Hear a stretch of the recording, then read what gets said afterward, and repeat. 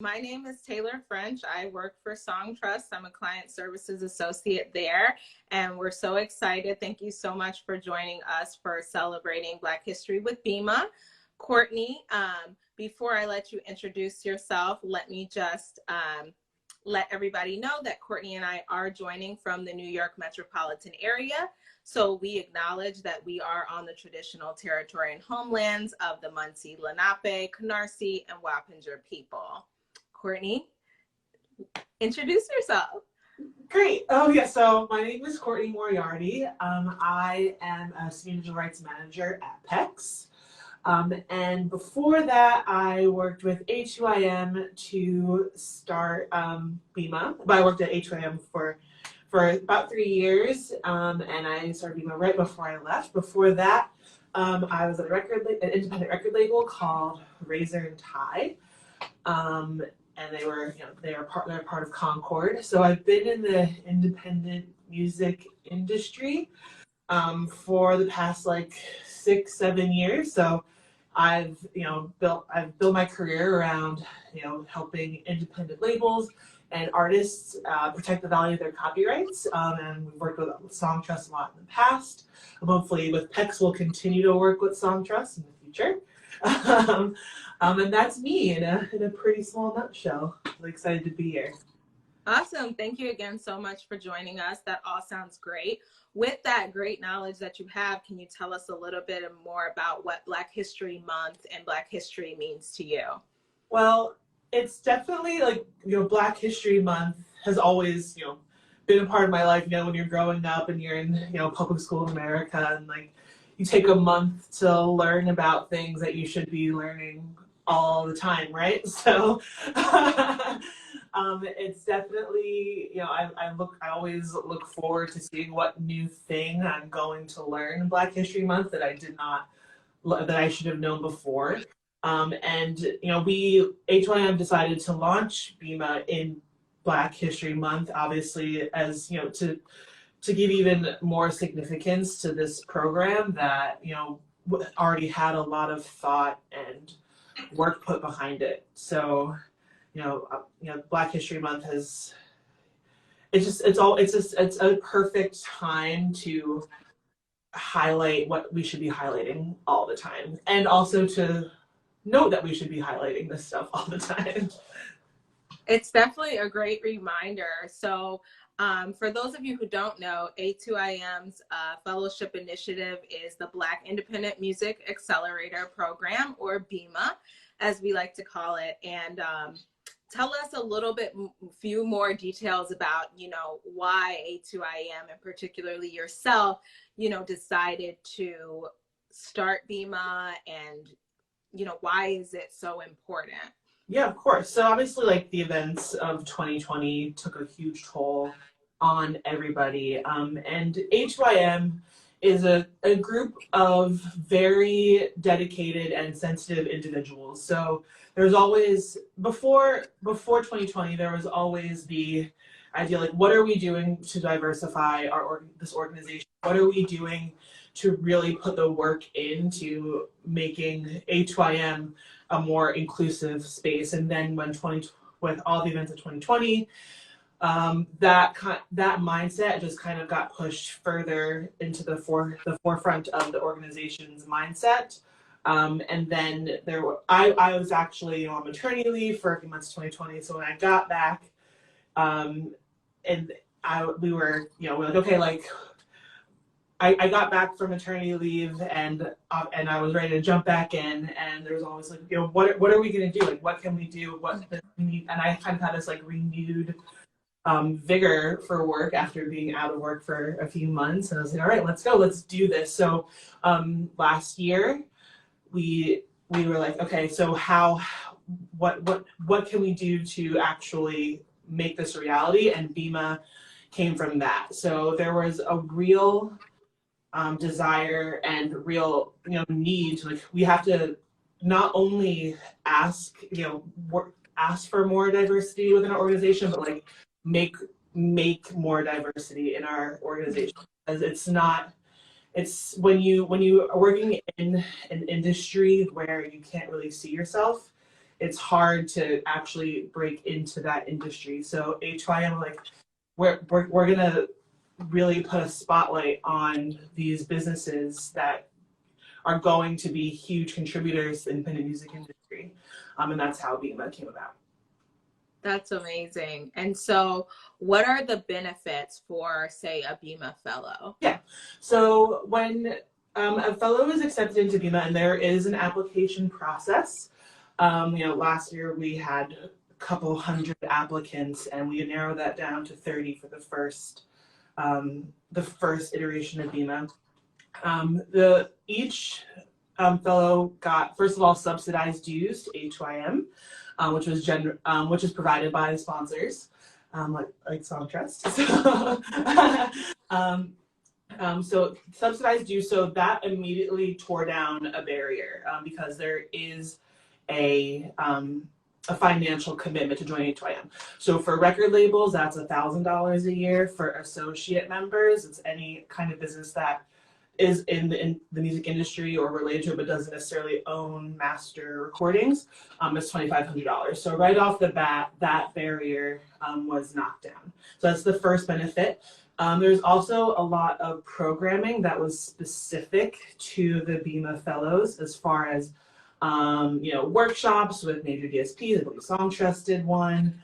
Our other sponsors like Amazon and Spotify also did like specific workshops with the BIMA fellows. And again, there's only 30 businesses, so that kind of very intimate setting was very useful to the fellows there. They also get free tickets to all A2IM events that have paid tickets, so that the members of the companies were able to attend A2IM events without incurring any kind of financial burden.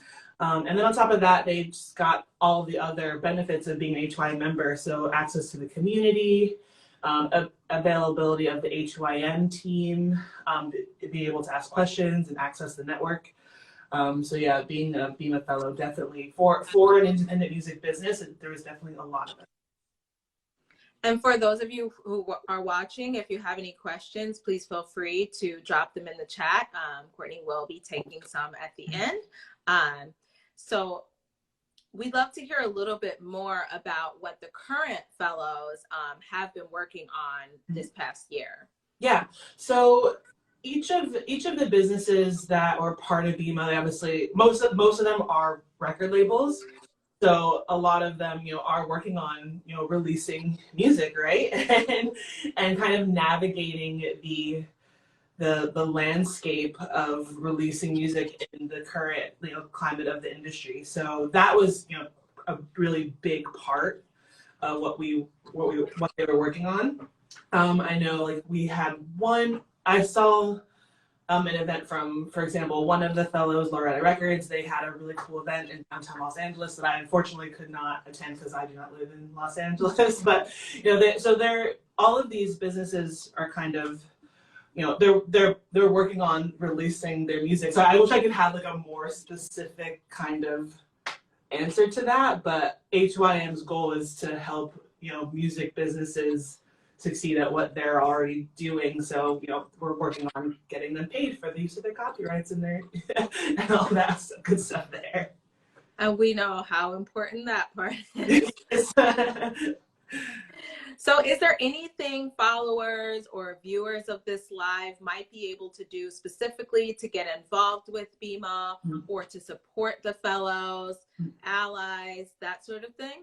Yeah, of course. So as far as supporting the fellows, or first of all, getting involved with BIMA, the applications for now are closed, but getting involved with A2IM, so that if you want to be a part of BIMA in future iterations, just so that when those applications are opening. As far as supporting the fellows now, getting in touch with A2IM is always a good idea, especially if being a part of the independent music industry is core to the business or important to you, whether you're an artist, a label, a service company that helps these independent companies. independent music companies, A2IM will be the best resource to get involved with BIMA Fellows, whether it's through sponsorship, whether you have some services or advice to offer, if you want to be a mentor. A2IM will be able to guide you however you would like to help. Awesome. And then as far as like the music industry as a whole supporting BIMA, I've had lots of conversations with BIMA Fellows. I even hosted a panel at A2IM's event, Indie Week, about BIMA. And one of the things that really stuck out to me as far as what the industry as a whole can do to support not only Black business owners, but Black people trying to make it in the independent industry, is getting rid of unpaid internships. Like the very, very first thing that comes up is like, this is a practice that only allows for people with privilege to enter into this industry. So, because it's a way less likely that a Black, a young Black professional is going to be able to take an unpaid internship. So that's like the first thing that stuck out to my mind. I was like, wow, that's pretty simple. Just like pay people. It's so interesting that you say that, as simple as it sounds, because at Song Trust, we also recently stopped our unpaid internship program and started an entirely new program, and our Black ERG was actually the spearhead for that. So definitely agree with you there. The first step is just simply paying people for their work. So we're so, thankful to organizations like A2IM for just kind of like leading the change. And that really benefits everybody. It certainly benefits those who may have accessibility issues, but also everybody, right? Everybody loves to get paid for the work they do, and interns come in all colors. So it really is a benefit to everyone. So with that being said, is there anything else that you believe, because you said that was the top, that was the first, so what else in general in the music industry can be done to better support, equity, representation, inclusion, all of these Black History Month sort of themes, within the industry? Yeah. Well, another thing I noticed about like BIMA Fellows is like a lot of them, like, they're not afraid to like ask for help when they need it. It's just a matter of whether or not they get the help they are asking for, right? So obviously, like, when you're running an independent record label, you have a lot of work to do as it is. But like, one of the benefits of being an A2I member, and all of the BIMA Fellows were encouraged to participate in this, was the mentorship program.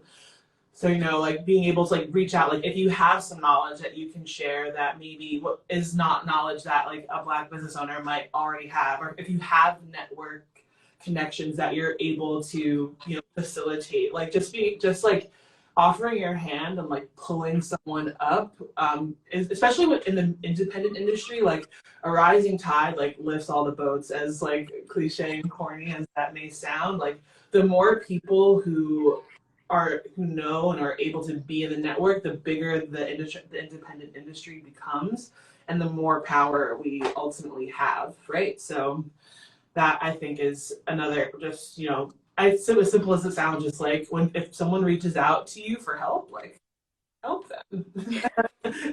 So we've got like pay people for their work. If somebody asks for help and you can help, do it. Like, yeah, very basic concepts, but sadly that are not necessarily being done across the board. So BIMA, is a great example of sort of the support to do that. And do you see that there has been visible social and economic progress for Black-owned music businesses, record labels within the past few years? I mean, we mentioned 2020, even till now. Have you seen that, or what's kind of your feeling? Well, I think that, when I unfortunately left A2IM a few months after BIMA started, so I wasn't able to even though I was a part of the program still, I wasn't able to get the very, very the detailed view of how these businesses are doing. But based on the conversations that I was able to have with them, they were at least able to, they all said things that they got from A2IM, or knowledge or benefits they got from this program did actually really help, at least help them personally, like understand their place in the music industry better, and like how their business fits into it better, and also just kind of gave them the ability to utilize that network that they would have had access to. So I think that just having this access, even outside of BIMA, like with people paying more attention to Black business owners and Black business in general, like I think that those results are coming. Like it's not like it's going to happen right away. Like I'm suddenly going to see like every Black business flourishing because we paid attention, like the whole world paid attention, a bit more attention for a year. Like that definitely has to keep going, and I hope it does. I know with A2IM it definitely is. BIMA is going to be in its second year, and one part of the fellowship, another benefit of the fellowship is once you finish your first initial year as a fellow with BIMA, it's not like you're going to be, okay, like now you have to be a full-fledged paying member of A2IM. Like you have now after 1 year, instead of paying the full dues, like you're going to be paying half dues, and then next year 75%. And then, so it's not like, okay, you've had 1 year, you should be ready to do it now. Like it's like there has to be like a multi-year, it's a long commitment that needs to be made, I think, for those kinds of changes to really be felt and seen. I totally agree. Is there anything more you can tell our viewers about the application process and sort of the requirements? Yeah, so in order to apply, the application's actually not, it's involved, but not too involved. The idea is to make it as easy and accessible as possible, but there are a few requirements. You have to be in business for at least a year. So we're looking for businesses that have made a commitment to themselves already. And that they are, it's not like, it's like, oh, I have like an idea for a business that I would like to bring to A2IM. It's like, no, you have to already be in business. In order to be a label member, you have to own at least one master recording. And to be an associate member, you basically, you just need to show that you are, operating in good faith and not trying to take advantage of independent labels. To be a label member, you also have to be an American label because you have to be eligible for A2IM membership, and only labels that at least have a U.S. address can be eligible for A2IM membership. As far as associate members, you can be from anywhere in the world. For BIMA, the business has to be at least 50% Black owned. And it also, if there is any major label involvement, it has to be 49% or less. So you also have to be mostly an independent company. And those are the requirements. I think I've got them all, but if there are any A2IM team members in the audience and I missed any, please let me know. Yes, and again, if you guys have any questions, please drop them in the chat.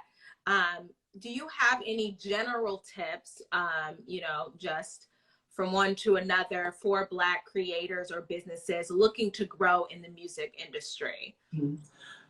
Well, I'm going to plug A2IM one more time. Definitely reach out to A2IM. It's an amazing, amazing resource. When you can retain ownership of your copyrights, I think being able to do that. I know Song Trust also enables this as well. So when you're able to do that, it's only going to benefit you. Being able to stay independent, working with an independent label is going to give you a totally different experience than working with a major. So obviously everyone has to make the right choice for themselves, but at A2IM and BIMA, it's all about encouraging and giving people the resources to. I had another thought just occurred to me. Yeah.